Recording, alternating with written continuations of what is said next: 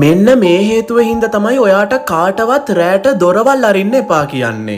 ඒ ඇවිල්ලා ඉන්නේ හරියටම මොකක්ද කවුද කියලා දන්නේ නැතුව දොර ඇරියොත් ලොකු විනාශයක් වෙන්න පුළුවන්. මේ වීඩියෝ එකේ ඉන්න අම්මගේ නම ලූපස්. මේ අම්මයි යාගේ ළමයි තුන්දෙනයි හරිම අద్භූත දෙයක් කැමරාවක සටහන් කරගන්නවා. මේ වෙලාවේ යාලා නිදාගෙන තමයි ඉඳලා තියෙන්නේ. දොරට කවුදෝ මන්දා තට්ටු කරන හින්දා මේ කට්ටිය ඇහැරලා තියෙනවා.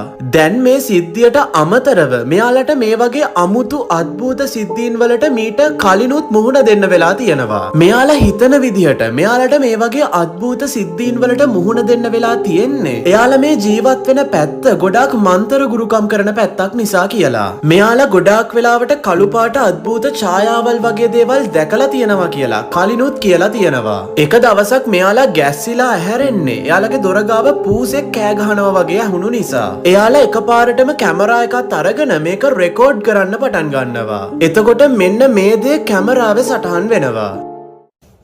¿Quién eres? Tú no eres un gato. ¿Qué pasó?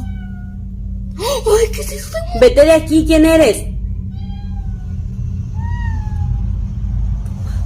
¿Qué es eso? ¿Quién eres?